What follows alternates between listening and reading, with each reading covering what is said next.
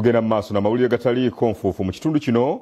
Abawanguzi mu kazannyo akagabula Ssekukkulu ne Bukedde famire kano kakomekerezeddwa ng'abawanguzi babasomye amannya gaabwe abataddemu ensimbi basiimye enkolagana ennungi eriwo wakati wa Vision Group nabo.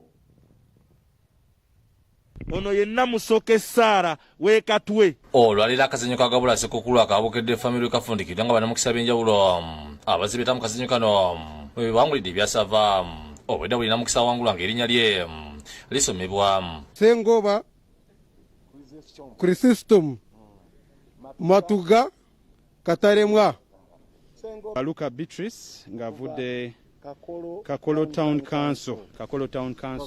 Banna mukisa bakufuna ebirabo ebyenjawulo okuva mu bavujjirizi okuli Prestige Majali Mega Standard Supermarket Yuga Chike n'Amalian Jesus abakozi ba Vision Group okuli Michael Bukasasebowa Siraji Kizito Duran Namala Lamani Simon Maseru ku munene w'ekibuga obwedda ebakuba obulolo aboolugave beetegeke tuyina Olugava wuno byaluhanga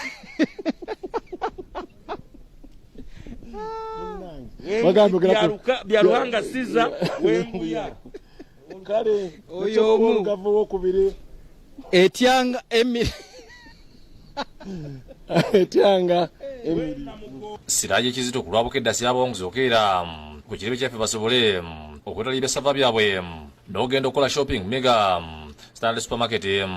bannaffe abawanguzi bajja kuba bakubira essimu bakubula eddiiro onojja okunona ebintu byo n'endowooza olunaku lujja kuba lwankya lwetujja okubeera nga tugaba ebintu bino musobola okubeera nga mutegeera ekintu kyonna bwe kitambula. Kazibu yasini kitonzi wa Prestige Majalini yeebazizza bonna beetabye mu kazannyo. Tusiimye nnyo tusiimidde ddala tebibadde byangu omwaka nga gutambudde gubaddemu omuggalo ne twavuddeyo ne tugamba nti waayi abantu batuyambye nnyo okubanga batunda ebintu byaffe bakozesa ebintu byaffe eya Prestige Majalini naddala ntwayiza okubeekinga mu muggalo guno abantu babyettanidde birya olw'okuba bibadde birungi abaana ate babikozesa so ne tugamba nti naffe abantu batube tubaddize onasi abali baffe okwongera okwettanira Prestige muyina abawanguzi abawangula nga bayita mu kuyisa obukenge obupapula Bukedde bagenda kunona ebirabo byabwe ku Lwokusatu era nga mu Bukedde w'enkya amannya gaabwe gonna gakubeera mu mpapula bo abawangula nga bayita ku Bukedde TV netu ekyabagenda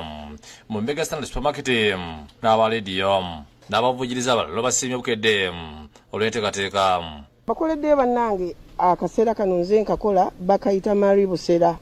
Akaseera kano kalungi nnyo kakuuma omukyala ng'anyirira kazza buto. Babakyala mu bitundu by'Emakindi bafunye essanyu okuva Lwomumbejja Nantala Elizabeth Yegwenzi Future Women Councillor Emakindi babaleetedde abakugu ne babayigiriza okukola Ssaabbuuni ono ng'aggyeeko kadi NT ategeeza nti wadde omuntu aba yeegwanyiza obukulembeze obula kiba kirungi n'abaako ebintu bayigiriza abantu be. Soboseze abantu bonna naddala abakyala n'abaana okubeerako ne bye beekolera naddala eby'engalo nga okukola Ssaabbuuni nakireeta mu kitundu kino abantu babeere nga bayina bye basobola okwekolera.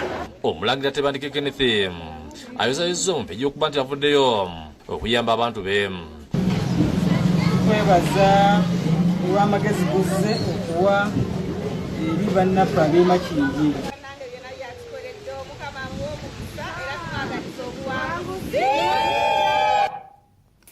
Kakati abatundira ebyamaguzi ku nguudo bo beeyongedde. Abasuubuzi bakukkulumye olw'abantu obutabagulaako. Abatembeeyi bongedde okuyiwa ku nguudo z'omu kibuga Kampala ng'ebula ennaku 3 luke ku Ssekukkulu. Bano batunda buli kimu okuva ku ngoye, engatto, ebyokulya, ebitimbwa, amayumba n'ebirala. Buli wotunda waliwo ebyamaguzi nga batembi babyaze ne wansi mu luguudo abantu balina okuyita.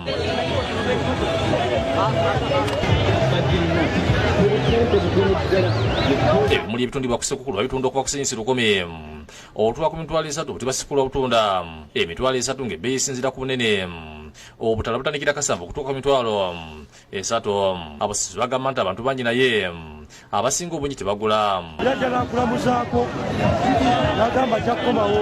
Tunda bayika na legging naye abakyala tebagula baagala za 3 ezange za 5. Newankubadde ekimuli kya bbeeyi nebe twasazeewo tubayize ku 10,000 n'ekyebiri n'ekyesatu weekiri byonna 5 naye basinga kweyanira bya 10,000. Ebyokunaba mu ngalo n'okebera abantu abayingira ebizimbe Ebbugumu babivaako dda buli muntu akola kyayagala. Ate abakulembeze ku siteegi za takisi mu kibuga Kampala bongedde amaanyi mu kuteekisa ebiragiro okulwanyisa COVID-19. Obwedda balambula siteegi ku siteegi nga bayingira munda mu mmotoka okukasa oba ebiragiro bigobereddwa. Buli musaabaze ayingira mu mmotoka alina okubeera ne masiki, bw'atuula tuba tulina okumufuuyira sanitayiza. Operation eri mu paaka banno bajja kukolera ku poliisi kubanga omulimu gukoleddwa mu maanyi. Ambabadde ku miryango gya paaka empya eya Kisenyi ne Busaafu nga tewali musaabaze gwe bakkiriza kuyingira nga tanabye mu ngalo oba okwambala masiki. Abamalabiddwa nga bakufuba okunaba mu ngalo kyokka baali bagezaako okugaana abasaako amaanyi. Omuwendo gw'abantu gweyongedde mu paaka ekitiddiramu ku basaabaze okukandalirira nga balinda emmotoka. Ebisale byeyongedde okulinnya nkati engende ez'ewala bongedde musinse 15 olw'obungi obw'abantu. Abakulembeze b'erayidi obutakkiriza kusaabaza muntu yenna atagoberera biragiro by'okulwanyisa obulwadde bwa COVID-19. Ssente bwa paaka empya Badru Ssenyu yalambuludde kulinyisibwa kw'ebisale. Mwaka bwegenda mu byalo gye ziraga teri badda. Ekyokubiri n'abantu baakendeezebwa omuwendo gw'abantu 12 okutwala abantu 7 ku 8. Mutebi Sulaiman ne Disani Mutyabi okusakidde eggulu eno Lwabukedde TV.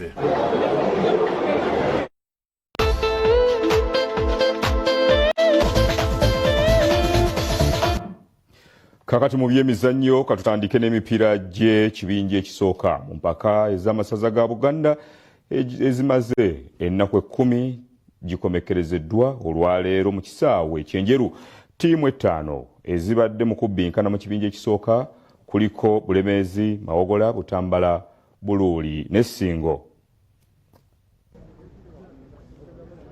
Bakyampiyoni b'omwaka oguwedde aba Bulemeezi FC wamu ne Mawogola ze ttiimu ebbiri ezisoose okwesoga oluzannya olwa kwota fayinolo mu mpaka z'omwaka guno. Kino kiddiridde ttiimu zombi okulemagana nga tewali alengedde katimba ka munne ne zimalira ku bubonero 8 buli emu nga n'ogwa Butambala ne Ssingo teguwedde. Olw'abazannyi ba Ssingo okulwala ne basigala 6 bokka, Butambala ne bagiwa obubonero 3 ne goolo 3 ne bamalira mu kyokusatu ku bubonero 7 ng'emipiira egy'ekibinja ekisooka gikomekerezeddwa leero. Mu ngeri y'emu ttiimu ya Busire emaliriza enteekateeka z'okutalaga ebitundu ebyenjawulo mu Wakiso ng'ezannya empiira egy'omukwano mu keefe waayo ow'okulaba ng'etuukiriza ekirooto kyayo eky'okuwangula ku kikopo eky'emipiira egy'amasaza ga Buganda ng'eggulu beegezezzaamu ne ttiimu ya Kakiri Serekiti mu kisaawe ky'ekirugaluga. Busiro yalemeddwa okweyisa emikisa egy'enjawulo gye yafunye omwabadde ne Gerard Ogweti okusubwa penete era okukakana nga guwedde nga tewali alengedde katimba ka munne.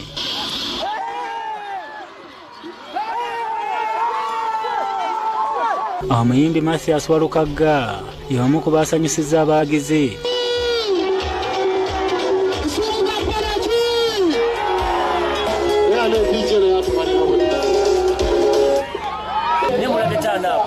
Abantu bangi baagala essaza lyabwe nsuubira nti kiwa abaana bano abali mu kisaawe ekifaananyi nti tebasambira nsubuga wabula basambira n'abantu bano abali mu kisaawe. Emipiira gy'omwaka guno giddamu nga Desemba 28 enjeru n'emipiira gy'ekibinja ekyokubiri nga Busire yatuuka ku fayinolo. Omwaka oguwedde yakuggulawo emipiira egy'ekibinja ekyokubiri ne Buvuma nga Kyaggwe yakuzannya Buweekula nga ne Busujju eri mu kibinja kino ekyokubiri. Mu liigi eya Germany y'ababinywera eya German Bundesliga club eya Bayern n'omutebi waayo bano beeswanta okulemera ku ntikko. Kulazamu TV